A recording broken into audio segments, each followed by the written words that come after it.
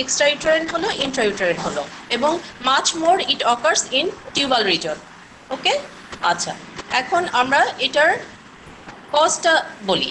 Cause কি জন্য হচ্ছে, পেশেন্টের যদি আগে there is any history of PID, that is pelvic inflammatory disease, if she have any prior tubal surgery, if she had any pelvic TB, history of pelvic TB, তারপরে সে যদি কোনো contraceptive method নেয় যেমন আইইউডি, বিশেষ করে progesterone containing IUD যদি নেয় তাহলে সেই সব ক্ষেত্রে বেশি হয়, ঠিক আছে। আর যদি পেলভিক এন্ডোমেট্রিওসিস থাকে, স্মোকিং এর হিস্ট্রি থাকে, তারপরে তার আগে previous history of any ectopic প্রেগন্যান্সির হিস্ট্রি থাকে তাহলে, আর কনজেনিটাল যদি কোনো অ্যানোমালি থাকে যেমন ইলংগেটেড একটা টিউব থাকলো, ঠিক আছে, ইলংগেটেড টিউব থাকলো, টিউবটা অ্যাঙ্গুলেটেড থাকলো, তাহলে সেই ক্ষেত্রেও হবে। আচ্ছা, তাহলে তোমরা কি কজগুলো বুঝতে পারলে? Yes ma'am.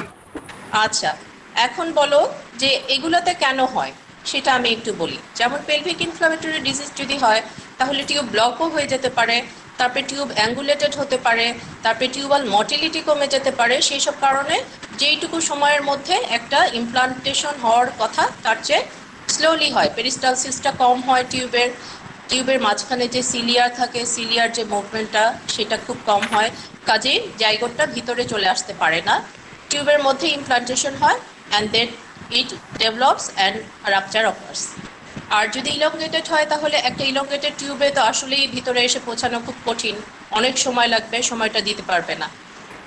তারপরে আইইউডি যদি ইন্ট্রাইউটেরাইন যদি কোনো কন্ট্রাসেপটিভ ডিভাইস পরা থাকে সেই ক্ষেত্রে কি হয়, ইন্ট্রাইউটেরাইন একটা ইনফ্লামেটরি লেশন হয়, অনেক সময় পেরিস্টালটিক মুভমেন্টটা আগের চেয়ে বেশি হয় অথবা কমে যায় অথবা ইনফেকশন থাকে, সেই জন্যও হয়। আর যদি তার আগে কোনো টিউবাল লাইগেশনের হিস্ট্রি থাকে সেটা আবার রিওপেন হয়ে যায়, সেক্ষেত্রেও দেখা যায় একটোপিক প্রেগনেন্সিটা হওয়ার চান্স বেশি থাকে, ঠিক আছে। এখন একটা একটোপিক প্রেগনেন্সি হলে কি চেঞ্জ হয়, চেঞ্জটা ইউটেরাসেও হয় এবং যে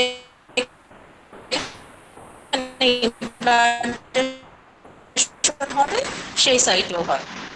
ইমপ্লান্টেশন সাইটে কি হবে, আমরা জানি যে একটা জাইগোট যখন ইমপ্লান্ট হয় সেখানে একটা ডেসিডুয়াল রিয়াকশন হয়, কাজেই একটা ডেসিডুয়াল রিয়াকশন হবে, ওখানে কোরিওনিক ভিলাই আসবে, তারপরে ভাস্কুলারিটি বাড়বে, তারপরে মাস্কুলার হাইপারপ্লাসিয়া হবে, হাইপারট্রফি হবে। কাজে কি হবে, একটা জাইগোট যখন এক্সপান্ড করতে থাকবে তখন স্ট্রেচিং হবে, একটা টিউব তো সেভাবে বাড়তে পারবে না, কাজেই রাপচার হয়ে যাবে, ঠিক আছে। এটা হচ্ছে যেখানে হবে সেখানে। আর ইউটেরাসের মধ্যে কি হবে, ইউটেরাসের মধ্যে ডেসিডুয়াল চেঞ্জ হয় কিন্তু not much for like the normal pregnancy. কেন, কারণ এখানে যে ট্রোফোপ্লাস্টগুলো হয় সেই ট্রোফোপ্লাস্ট থেকে হিউম্যান কোরিওনিক গোনাডোট্রপিন হরমোনটা তেমন আসে না, কাজেই ডেসিডুয়াল চেঞ্জটা ভালোভাবে হয় না, ঠিক আছে। আচ্ছা, এখন আমরা আসি যে এই পেশেন্টটা কি কি ফিচার নিয়ে তোমার কাছে আসবে। ফিচারের মধ্যে আমরা কি দেখব, পেশেন্ট একটা জিনিস বলবে, patient will say you something that is symptom and when you will examine the patient that is fine. তো পেশেন্ট কি বলবে, পেশেন্টটার সাধারণত একটা জেনারেল প্রোফাইল থাকে, একটা পেশেন্ট প্রোফাইল থাকে, সেটাতে দেখা যায় পেশেন্টটা রিপ্রোডাক্টিভ এজ গ্রুপের হয়, সাধারণত 20 থেকে 30 ইয়ার্সের পেশেন্টগুলো বেশি আসে, নালী প্যারিটির মধ্যে এটা বেশি দেখা যায়। আর যদি সে কোনো ওভুলেশন ইন্ডাকশন ড্রাগ খায় তাহলেও হতে পারে, ঠিক আছে। তারপরে এই পেশেন্টটার এজ গ্রুপ গেল, কাদের বেশি হয় সেটা গেল। এই পেশেন্ট একটা ট্রায়াড নিয়ে আসে, সাধারণত একটা অ্যামেনোরিয়ার হিস্ট্রি থাকবে, শর্ট টার্ম অ্যামেনোরিয়া, বিশেষ করে 6 to 8 উইকস অ্যামেনোরিয়া। এরপরে কি থাকবে, তার একটা লোয়ার অ্যাবডোমিনাল পেইন থাকবে, আর কি থাকবে, ভ্যাজাইনাল ব্লিডিং নিয়ে আসতে পারে, কেউ স্পটিং নিয়েও আসে, কেউ ভ্যাজাইনাল ব্লিডিংও নিয়ে আসে। এরপরে পেশেন্টটার কি থাকতে পারে, ভমিটিং থাকতে পারে, আর ফেন্টিংয়ের ফিচার থাকতে পারে। হ্যাঁ, সে বাসায় কোলাপস করেছিল অথবা ফেন্ট হয়ে গিয়েছিল, এইটা নিয়ে আসতে পারে। তো যখন তোমরা লিখবা তখন সিমটমের মধ্যে অবশ্যই পেশেন্টের এজ গ্রুপটা লিখবা আর এই 3টা ট্রায়াড লিখবা, যে শর্ট টার্ম অ্যামেনোরিয়ার history, vaginal bleeding, abdominal pain. এরপরে আসুন যে আমরা পেশেন্টটা কি দেখছি, আমরা সাইন কি পাচ্ছি। একটা পেশেন্ট তুমি যখন দেখবা তখন তুমি তো তার দিকে ফার্স্টে তাকাবা, সো পেশেন্টের লুকটা কীরকম। পেশেন্ট থাকবে কনসাস থাকে, অনেক সময় শকের ফিচার নিয়েও আসে, পেল থাকবে, আর গায়ে যখন হাত দিবা তখন ফার্স্টে তো তুমি পালসটা দেখো, পালস দেখবা ফিবল, ভেরি স্লো একটা পালস থাকবে, কারো র্যাপিড পালসও থাকে, হ্যাঁ। আর সেকেন্ডলি গায়ে হাত দেওয়ার সময় তুমি বুঝে গেলা যে স্কিনটা কোল্ড অ্যান্ড ক্লামি থাকে। এরপরে কি পেশেন্টটা ব্লেন্সড থাকবে, সাদা হয়ে থাকবে। এরপরে তুমি আসো অ্যাবডোমেনে। অ্যাবডোমেনে যখন তুমি অ্যাবডোমেন পালপেট করবা, অ্যাবডোমেন স্লাইটলি ডিস্টেন্ডেড থাকতে পারে। এটা আমি যেটা বলছি রাপচার একটোপিক যেটা হয়ে যায়, হ্যাঁ। একটোপিকের মধ্যে তিনটা ভাগ আছে, একটা রাপচার, একটা সাব অ্যাকিউট আর একটা ক্রনিক। এখন আমি যেটা বলছি সেটা রাপচারেরটা বলছি। তো তুমি অ্যাবডোমেনে যখন হাত দিবা, abdomen may be slightly enlarge, tenderness থাকবে, কিন্তু there is no muscle tenderness. তিনটা টি মাথায় রাখো, টেন্স, টেন্ডার, টামিট, হ্যাঁ। অ্যাবডোমেনটা কীরকম থাকবে? Tense, tender and tumid. There will be no mass and no muscle guard. এটা হচ্ছে রাপচার একটোপিক প্রেগনেন্সির ক্ষেত্রে। এখন অ্যাবডোমেন দেখার পরে তুমি চলে গেলে পারভেজানাল এক্সামিনেশনে। আমরা সাধারণত একটোপিক প্রেগনেন্সি যেটা রাপচার হয়ে আসে আমরা তার পারভেজানাল এক্সামিনেশন করি না, কিন্তু you should write in your written examination that the vagina is white and blanched. তারপরে কি পাবো আমরা? সার্ভিক্স পাবো। Cervix is very tender on touch and movement, fornix is very tender. এইটুকুই আমরা শুধু লিখবো। এরপরে আমরা চলে যাই সাব অ্যাকিউট যেটা। সাব অ্যাকিউটটা সাধারণত দেখা যায় যে 6 থেকে 8 সপ্তাহের একটা অ্যামিনোরিয়ান নিয়ে আসবে। সে বলবে যে হয় 6 to 8 weeks amenorrhea or some few weeks delayed of the last menstrual একটু period. আসতে বলেন, হয়ে যায় তো লিখতে লিখতে সময়। আচ্ছা আচ্ছা, আস্তে মানে স্লোলি না জোরে বলে ফেলতেছি? ম্যাম আর কি স্লোলি। আচ্ছা আচ্ছা, ঠিক আছে। আচ্ছা, আমি কোথায় ছিলাম? Sub acute. সাব অ্যাকিউটে কি হবে? সে একটা ডিলেড মেনস্ট্রুয়াল হিস্ট্রি নিয়ে আসবে। তারপরে সে বলতে পারে যে পারভেজানাল ব্লিডিংও হতে পারে, অথবা তার কি হতে পারে স্পটিং নিয়ে আসবে। আর অ্যাবডোমিনাল যে পেইনটা সেটা সে বলবে যে প্রথম দিকে কলিকি ছিল, পরে ডাল অ্যাকিং হয়ে যায়। মানে প্রথম দিকে তীব্র ব্যথা ছিল, পরে এটা আস্তে আস্তে কমে যায়। ঠিক আছে, তাহলে এটা সে আমাকে সিমটম বললো। এরপরে তুমি কি দেখলা? পার অ্যাবডোমিনাল এক্সামিনেশন। পার অ্যাবডোমিনাল এক্সামিনেশনে সাব অ্যাকিউটে সাধারণত কিছু পাওয়া যায় না। পারভেজানাল এক্সামিনেশনে পাওয়া যাবে ইউট্রাসটা বাল্কি পাওয়া যাবে, ম্যাম ফর্নিক্সটা। সাব অ্যাকিউটে কি অ্যামোনেরিয়ার হিস্ট্রিটা থাকবে? হ্যাঁ, অ্যামিনোরিয়ার হিস্ট্রি থাকতে পারে, অথবা ডিলেড একটা মেনস্ট্রুয়াল হিস্ট্রি। মনে করো 6 থেকে 8 সপ্তাহ না, মাত্র 1 সপ্তাহ চলে গেছে, 5 উইকসও হতে পারে, হ্যাঁ, আবার 8 উইকসও হতে পারে। ঠিক আছে। আর সবচেয়ে বড় কথা কি, এদের দেখা যায় যে লাস্ট মেনস্ট্রুয়াল পিরিয়ড যেটা, সেটা পার হয়ে সেকেন্ড যেটা মানে এলএমপি থেকেই তাদের স্পটিং শুরু হয়ে যায় অনেক সময়। ঠিক আছে। আচ্ছা, এদের সাথে ডায়াগনোসিসের খুব ভুল হয় যে এদের কোনো ফিচার থাকে না। ওরা বলে সবসময় তার ব্লিডিংটা ঠিকমতো হচ্ছে, আগের ব্লিডিংও ঠিকমতো হয়েছে, শুধু বলবে যে স্পটিং আর ব্লিডিং। এটাতে তোমার মাথায় একটা ক্লিক করতে হবে, তখন তুমি একটা প্রেগন্যান্সি টেস্ট করিয়ে নিলে দেখা যায় যে পজিটিভ আসে, আর বিটা এসটিজিও করাতে পারো। এগুলো গেল সাব অ্যাকিউটে। এখন আসো ক্রনিক। ক্রনিক একটোপিক যেটা, সে পেশেন্টটা তোমাকে এসে বলবে, আবার একই হিস্ট্রি দিবে যে 6 to 8 weeks amenorrhoea, lower abdominal pain. Lower abdominal পেইনটা প্রথমে কলিকি, তারপরে হয়ে যাবে ডাল অ্যাকিং, তারপরে পারভেজানাল ব্লিডিং থাকতে পারে, নাও থাকতে পারে, স্পটিংও থাকতে পারে। ঠিক আছে। এরপরে তুমি পেশেন্টের লুকটা দেখবা, পেশেন্ট পেল থাকবে, টক্সিক থাকবে। আর অ্যাবডোমিনাল এক্সামিনেশন যখন করবা তখন অ্যাবডোমেনটা থাকবে, এখানে তুমি একটা ইল ডিফাইন্ড মাস পেতে পারো ইন দ্য লোয়ার অ্যাবডোমেন, হয় রাইট সাইড অথবা লেফট সাইড। এরপরে তুমি মাসল গার্ড পাবে, এখানে মাসল গার্ড পাবে। ঠিক আছে। তাহলে অ্যাকিউট থেকে ক্রনিকের কি হয়ে গেল, ডিফারেন্সিয়েশন হয়ে গেল কিন্তু, হ্যাঁ। যেখানে মাসল গার্ড থাকবে, এখানে একটা ইল ডিফাইন মাস থাকবে ইন দ্য লোয়ার অ্যাবডোমেন। এরপরে অ্যাবডোমেনের এক্সামিনেশনের মধ্যে তুমি দেখবা কি একটা ব্লুইশ একটা হিউ থাকবে অ্যারাউন্ড দ্য আম্বলিকাস। এটা কি জন্য হয়? এটা সাধারণত যদি ইন্ট্রা অ্যাবডোমিনাল কালেকশন হয়, কোনো হেমোরেজ থাকে, তাহলে বহুদিন থাকলে একটা ব্লুইশ হিউ থাকে অ্যারাউন্ড দ্য আম্বলিকাস, এটাকে বলে ফুলেন্স সাইন। এরপরে আমি যদি পারভেজানাল এক্সামিনেশন করি, এই ক্ষেত্রে তুমি ভ্যাজাইনাটা ব্লেন্সড দেখতে পারবা, পারভেজেনাল ব্লিডিং থাকতে পারে, নাও থাকতে পারে। ফর্নিক্সটা টাচ করলে অনেক বেশি টেন্ডার থাকবে, সার্ভাইকাল মোশন টেন্ডারনেস থাকবে। সার্ভাইকাল মোশন টেন্ডারনেসটা হচ্ছে সার্ভিক্সকে মুভ করলে দেখা যাবে সার্ভিক্সটা অনেক টেন্ডার। ইউটেরাসটা থাকবে বাল্কি, ঠিক আছে।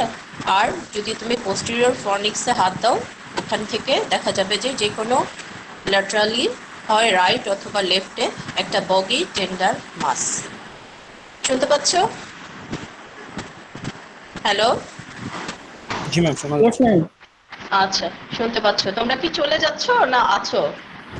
না ম্যাম, আছে।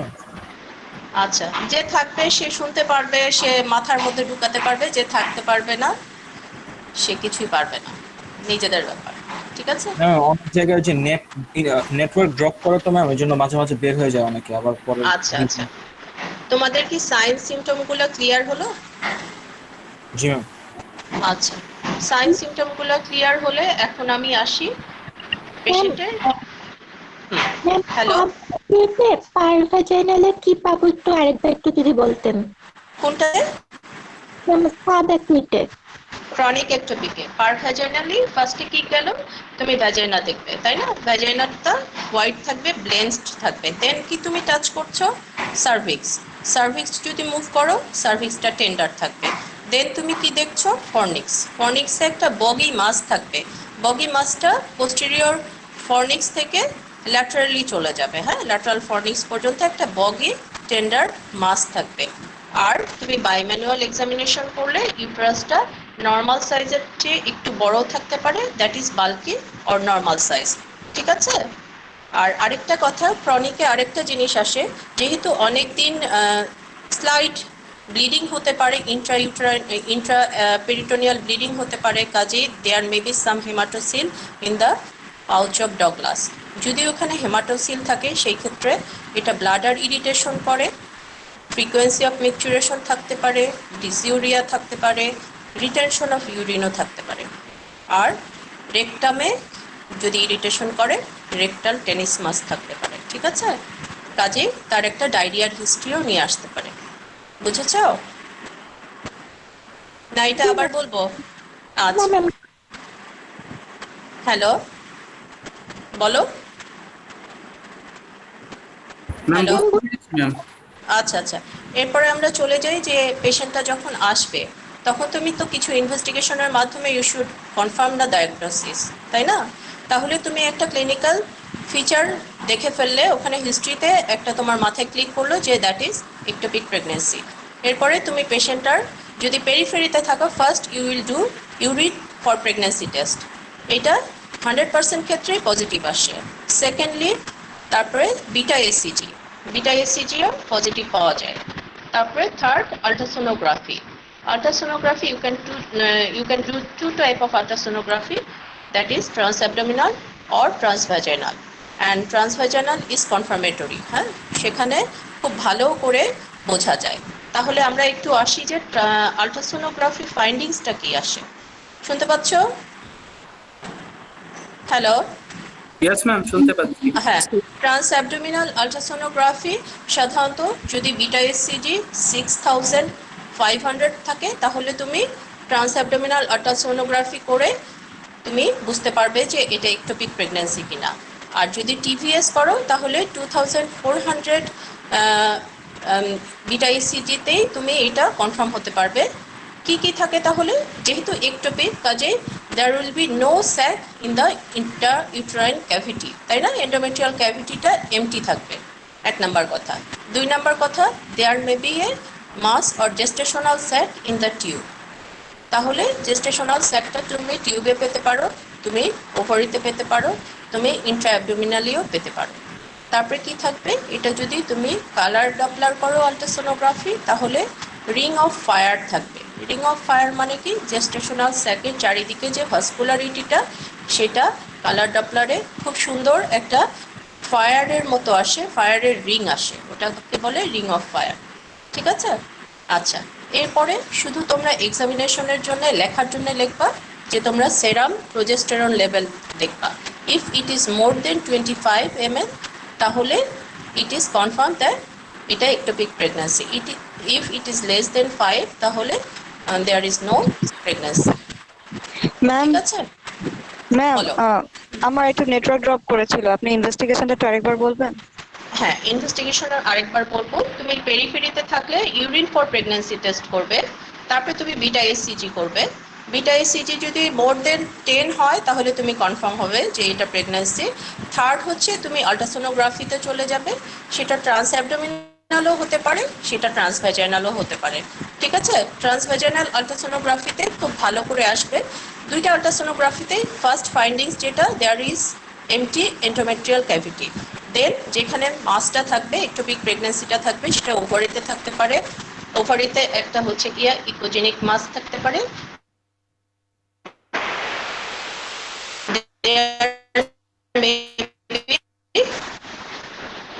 গেস্টেশনাল স্যাক ইন দ্য টিউব। আর যদি তুমি কালার ডপলার করো তাহলে রিং অফ ফায়ার আসবে, মানে ভাস্কুলারিটিটা একদম রিং এর মতো ফায়ার একটা দেখা যাবে। ঠিক আছে? আচ্ছা, এরপরে রিটেনে লেখার জন্য তুমি লিখবে যে সেরাম প্রোজেস্টেরন লেভেল দেখবো। Serum progesterone level if more দেন 25 তাহলে এটা কনফার্ম যে এটা একটোপিক প্রেগন্যান্সি অথবা প্রেগন্যান্সি।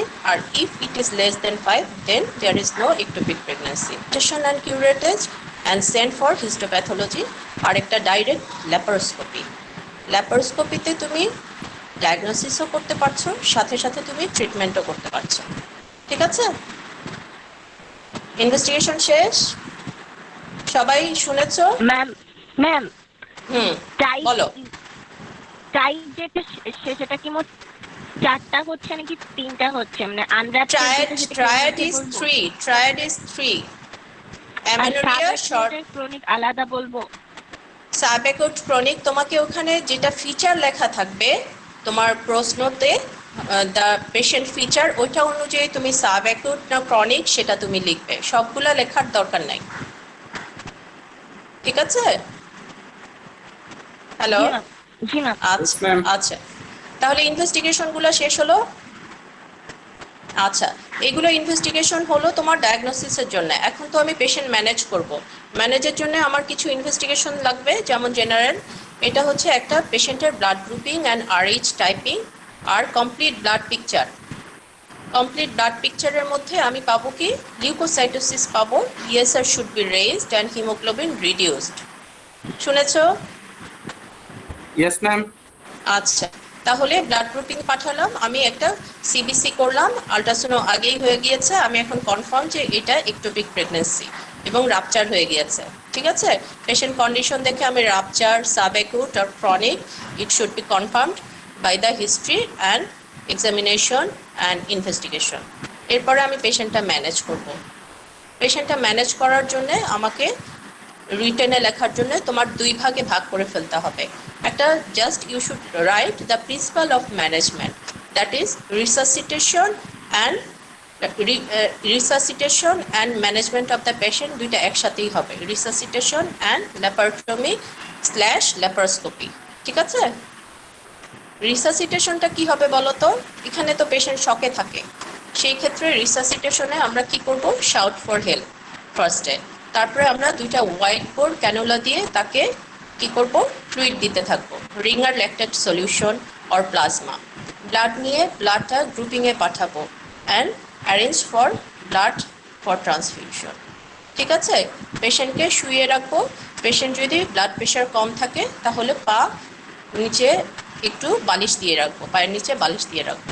ঠিক আছে? হ্যালো? Yes, ma'am. জেনারেল ম্যানেজমেন্টে কি গেল তাহলে? পেশেন্টকে আমরা শুয়ে রেখেছি, শুয়ে রাখবো, পায়ের নিচে বালিশ রেখেছি, তারপরে হোয়াইট বোর্ড ক্যানুলা দিয়ে তাকে আমরা প্লাজমা দিচ্ছি অথবা রিঙ্গার ল্যাকটেক্স সলিউশন দিচ্ছি, ব্লাড ফর ক্রস ম্যাচিং পাঠিয়েছি গ্রুপিং করে। তারপরে আমরা একদম ফার্স্টে কি লিখবো, shout for help, shout for help. আচ্ছা, গেল। এরপরে আমরা পেশেন্ট একটুখানি সেটেল ডাউন হলে আমরা তাকে রাপচারে সোজা ল্যাপারোটমি করব। ঠিক আছে? রাপচারে আমরা ল্যাপারোটমি করব, কারণ রাপচার যেটা হয় সেটাতে haemodynamically patient was not what not fit for laparoscopy. ঠিক আছে? কাজেই আমরা পেশেন্টকে ল্যাপারোটমি করব। ল্যাপারোটমি করলে আমরা কি করব, প্রথমে ল্যাপারটমি করে ভিতরে ঢুকে ইউটেরাসটা ড্রন আউট করব। ড্রন আউট করে কোন দিকে রাপচার সেটা আমরা দেখব, সেখানে ক্ল্যাম্প করে ফেলবো এবং সাথে সাথে আমরা অপোজিট যে অ্যাডনেক্সা আছে টিউব এবং ওভারে সেটা খুব ভালো করে চেক করে নিব। নিয়ে তারপরে আমরা এদিকে যেদিকে রাপচার হয়েছে সেদিকে আমরা, যদি সালফিংজেক্টমি করার দরকার হয়, খুব বাজেভাবে রাপচার হয়ে থাকে, তাহলে আমরা সালফিংজেক্টমি করব যদি টিউবটা হয়। আর যদি ওভারিতে হয় তাহলে আমরা কি করব, ওভারিতে হলে আমরা যে জেস্টেশনাল স্যাকটা সেটা ইনিউক্লিয়েট করে আনবো অথবা ওয়েজ রিসেকশন করব। ইনিউক্লিয়েশন অর ওয়েজ রিসেকশন। আচ্ছা, আর যদি the ovary was too much salvage to repair, তাহলে আমরা এটাকে কি করব, ওফোরেক্টমি করে ফেলবো। ঠিক আছে? Yes, ma'am. আচ্ছা, আর আমাদের এখন একটা কমন যে ট্রিটমেন্ট প্ল্যান সেটা বলি। ট্রিটমেন্ট তুমি মেডিকেল ট্রিটমেন্ট করতে পারো এই পেশেন্টটার, তুমি এক্সপেক্টেন্ট ট্রিটমেন্ট করতে পারো, তুমি সার্জিক্যাল ট্রিটমেন্ট করতে পারো। ঠিক আছে? এখন এক্সপেক্টেন্ট ট্রিটমেন্ট যদি আমরা করি সেই ক্ষেত্রে রাপচার হয়ে গেলে এটা সম্ভব না। ঠিক আছে? এটার কিছু ক্রাইটেরিয়া থাকে যে আমরা কখন এক্সপেক্টেন্ট ম্যানেজমেন্ট করব।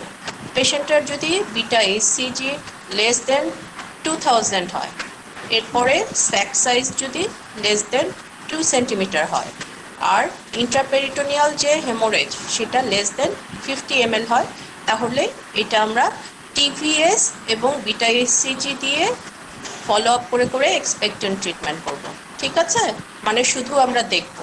জি ম্যাডাম। আচ্ছা, এরপরে আর কখন আমরা মেডিকেল ম্যানেজমেন্ট করব? মেডিকেল ম্যানেজমেন্ট আমরা তখনই করব যখন এটা আনরাপচার্ড থাকবে, sac size below 4 centimetre, beta HCG less than 10,000, there is no contraindication for methotrexate, patient is hemodynamically একদম ভালো থাকবে সে, সেই সব পেশেন্টের ক্ষেত্রে আমরা মেডিকেল ট্রিটমেন্ট করব। মেডিকেল ট্রিটমেন্ট আমরা কি দিয়ে করি? আমরা সাধারণত ইনজেক্টেবল অর সিস্টেমিক মেথোট্রেক্সেট দিয়ে করি। ঠিক আছে? আর তাছাড়া আমরা আর কি কি দিয়ে করতে পারি লেখার জন্য তোমরা লিখবে যে hyper osmolar glucose, actinomycin D, vasopressin, prostaglandin. শুনতে পেরেছো? জি ম্যাম। আচ্ছা, মেডিকেল ট্রিটমেন্টের আগে কিছু কিছু প্রিরিকুইজিট আছে।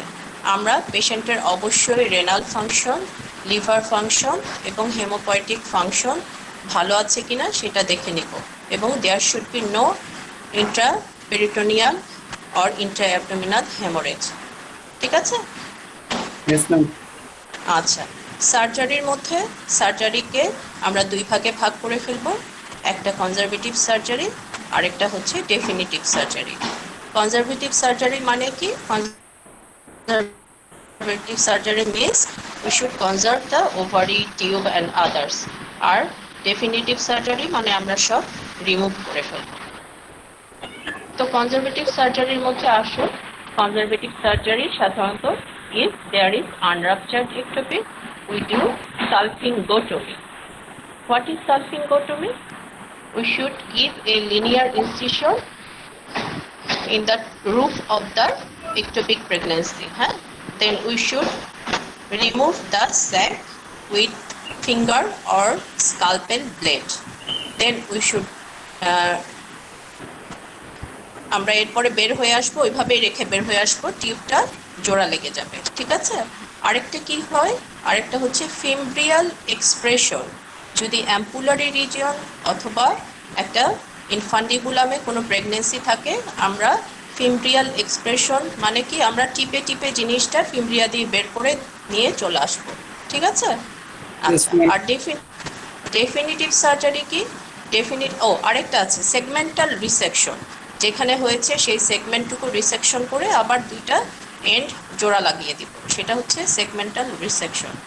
আর ডেফিনিটিভ সার্জারির মধ্যে আসছে সালফিনজেক্টমি, মানে আমরা টিউবটা কেটে ফেলে দিচ্ছি, আরেকটা হচ্ছে সালফিঙ্গো উপরেক্টমি। শুনতে পেরেছো? Yes ma'am.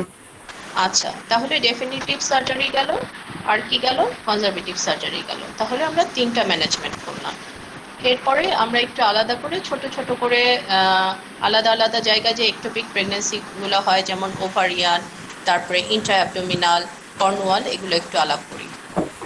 ফার্স্টে আসি ওভারিয়ানটাতে। হ্যাঁ, ওভারিয়ান যদি এটা হয় তাহলে কিছু ক্রাইটেরিয়া আছে যে আমরা কনফার্ম হব যে এটা কি করে ওভারিয়ান। হ্যাঁ, এটাকে বলে স্পিগেলবার্গস, একটা পয়েন্ট আছে ওর, স্পিগেলবার্গস কিছু পয়েন্ট দিয়েছে 4টা, এটা দিয়ে আমরা কনফার্ম হব যে এটা ovarian is confirm. First, the gestational sac should be in the ovary and surrounded by the ovarian tissue. The ipsilateral যে টিউবটা থাকবে, যে ওভারিতে হয়েছে সেটাতে কোনো রাপচার থাকবে না, আর কর্পাস লিউটিয়াম থাকবে। ওভারির যেদিকে, যেই ওভারিতে প্রেগন্যান্সি হয়েছে সেখানে কর্পাস লিউটিয়ামটা থাকবে। তাহলে 4টা হলো। 4টা হলো।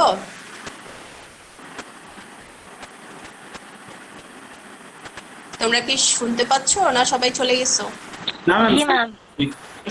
আচ্ছা, ঠিক আছে। তাহলে ওভারিয়ানের আমরা কিন্তু বলেছিলাম ওফুরেক্টমি অথবা ওয়েজ রিসেকশন অথবা ইনিউক্লিয়েশন। হ্যাঁ, আরেকটা ইন্ট্রা ওভারিয়ান একদম ডাইরেক্ট তুমি মেথোট্রিক্সেট ইনজেকশন দিতে পারো আন্ডার আল্ট্রাসোনো গাইডেন্স। এটা ওভারিয়ান গেল। এরপরে আসো কর্নুয়াল। কর্নু মানে কি? 2টা কর্ণ থাকে, একটা ইউটেরাসে 2টা কর্ণ থাকে।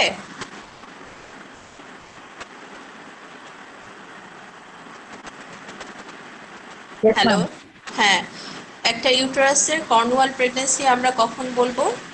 যখন এটা একটা কর্ণতে হবে। ঠিক আছে, কর্ণতে কিন্তু মাসকুলারিটি, ভাস্কুলারিটি সব কিছুই বেশি থাকে, কাজেই রাপচার একটু দেরিতে হয়। অনেক সময় 12 থেকে 22 উইকসের যেও রাপচার হয়।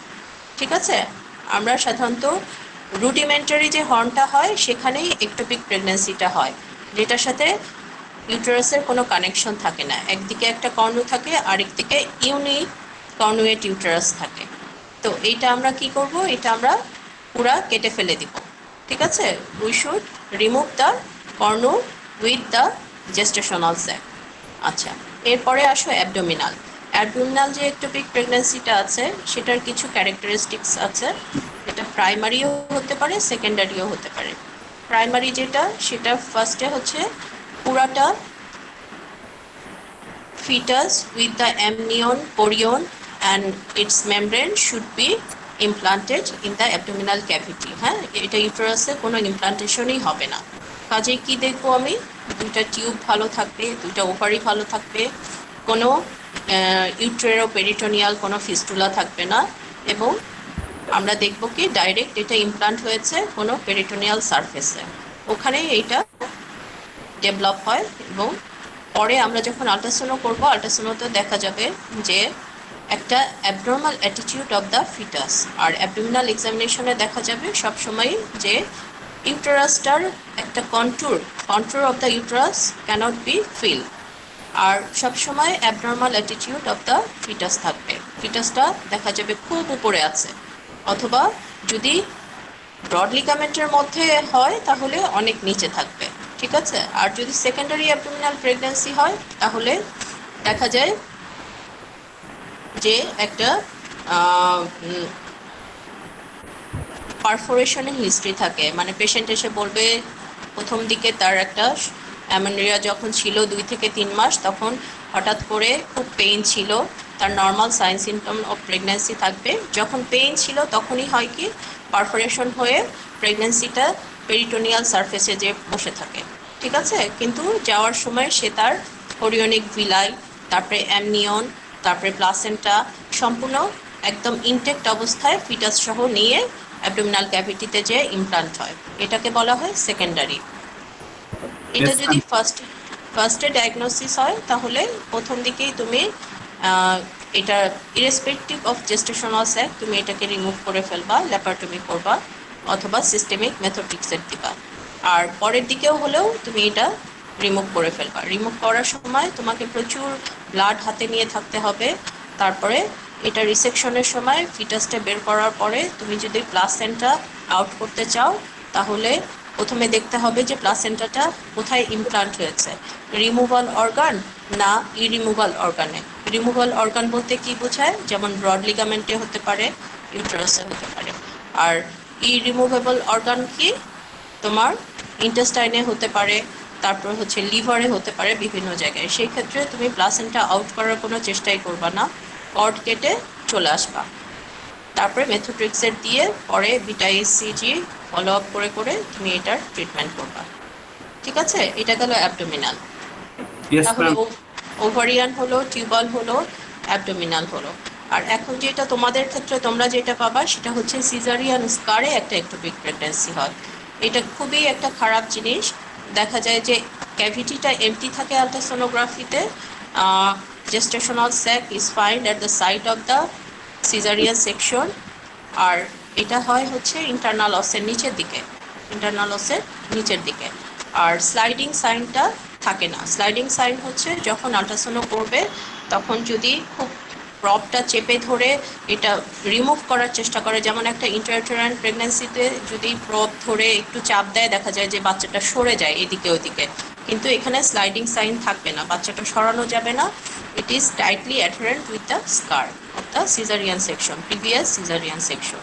ঠিক আছে, আর এইটার ম্যানেজমেন্ট হলো তোমার ডাইলেটেশন অ্যান্ড কিউরেটেজ করে বাচ্চাটা রিমুভ করতে হয়।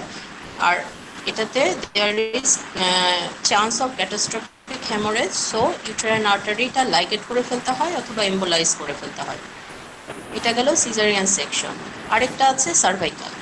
সার্ভাইকাল যে প্রেগনেন্সিটা হবে সেটা হবে সার্ভিক্সের মধ্যে, বিলো দ্য ইন্টারনাল অস। ইন্টারনাল অস ক্লোজ থাকবে, এন্ডোমেট্রিয়াল ক্যাভিটিটা একদম এমটি থাকবে, এক্সটার্নাল লস একটুখানি ওপেন থাকতে পারে।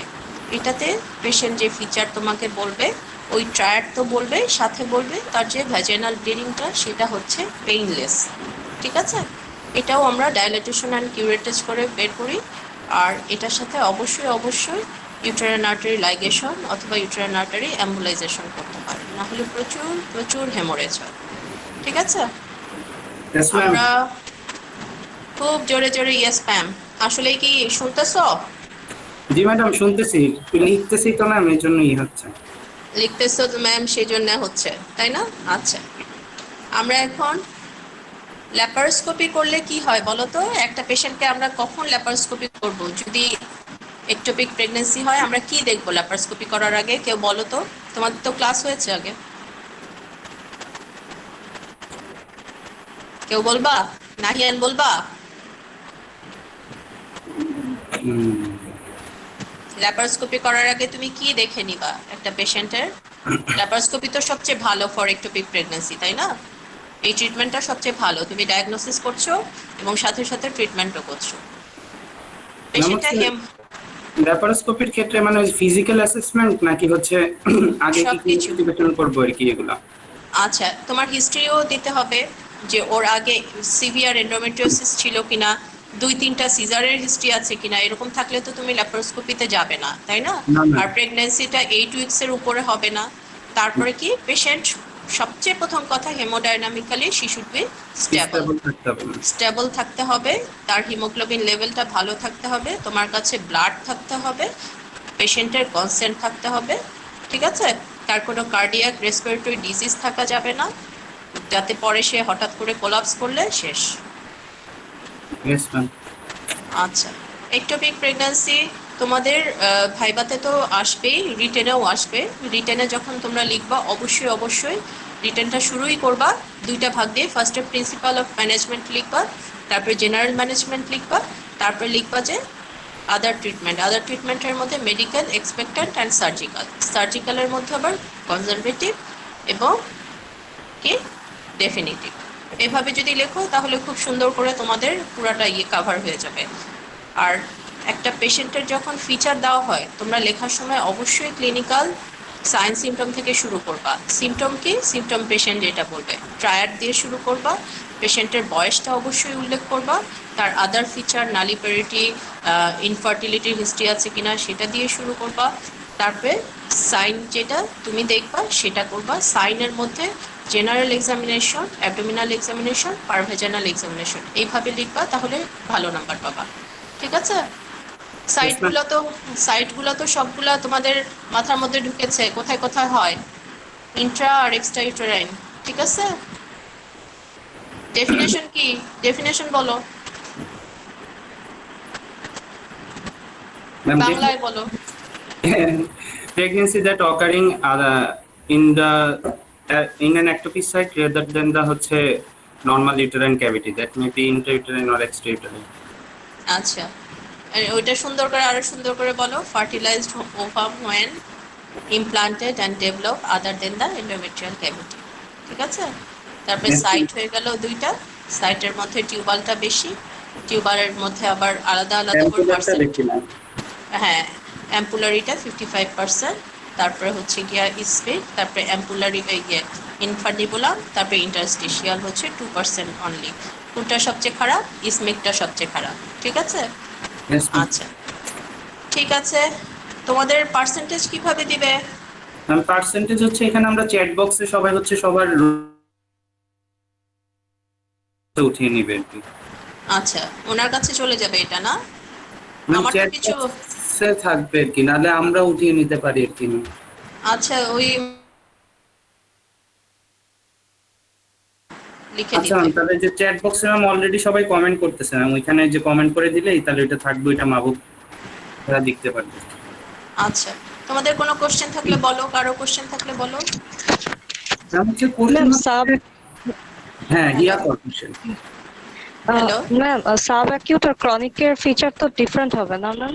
হ্যাঁ, Same. সাবঅ্যাকিউট আর ক্রনিকের ফিচার ডিফারেন্ট হবে। কিন্তু ম্যাম Chronic- ক্রনিকের ফিচারটা অনেক দিনের ফিচার, হ্যাঁ, আর কিন্তু ম্যাম সাবঅ্যাকিউট দত্তে কিন্তু অত না। ক্রনিককে বলো। ম্যাম দত্ত তো ক্রনিককে ব্র্যাকেটে সরি সাবঅ্যাকিউটকে ব্র্যাকেটে ক্রনিক অথবা ওল্ড লিখেছে, এই জন্য কনফিউজ। ওইটা বলবা না তুমি, সাবঅ্যাকিউটই আলাদা করে ফিচারই